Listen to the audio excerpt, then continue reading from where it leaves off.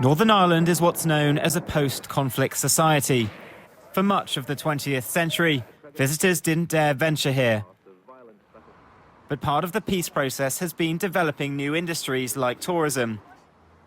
One aspect of that has been so-called dark tourism, where people visit places like Auschwitz and Chernobyl to learn the lessons of difficult chapters in history firsthand. Despite reconciliation programs, Belfast is a city where Catholic and Protestant communities are still divided by walls and gates which are locked overnight. Mark Neal was a taxi driver during the conflict here. He now does tours of West Belfast, where the history of the Troubles is quite literally around every corner. Sinn Féin is the political wing of the IRA. At the end of our tour, I ask him how worried he is about tensions between these divided communities flaring up again. There are two separate countries in this island. There's two separate currencies and two separate tax systems. So, I can't see how what this Brexit's going to going to bring about violence in this country again. People have came too far, and they'll not want to go back into the days of the dark days of the Troubles. They'll want the best for their children, and they want peace. But that optimism isn't shared by everyone here. Mark Wiley's company does walking tours through Belfast city centre.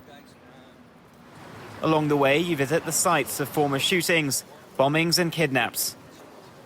Recently, though, they've had to change the script for the end of the tour.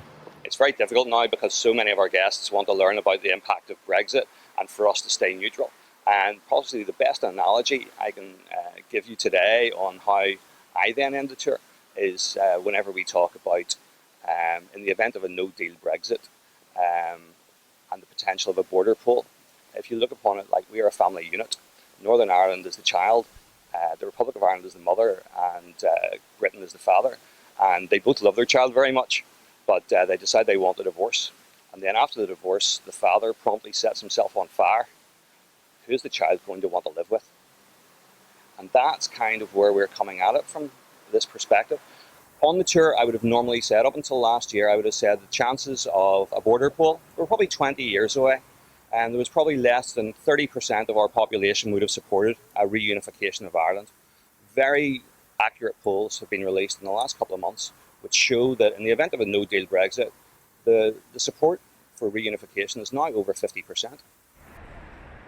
In the 2 decades since the Good Friday peace agreement was signed, both communities here have worked hard at reconciliation, but they've also tried to put the past behind them and showcase what else Northern Ireland is about. This is the site where the Titanic was built, the most famous luxury cruise liner in history. It's now the site of a museum where people come from around the world. And further on down the quayside in those warehouses there, well, that's where Game of Thrones is filmed, the most popular show on television. Northern Ireland is now a powerhouse for film and TV production.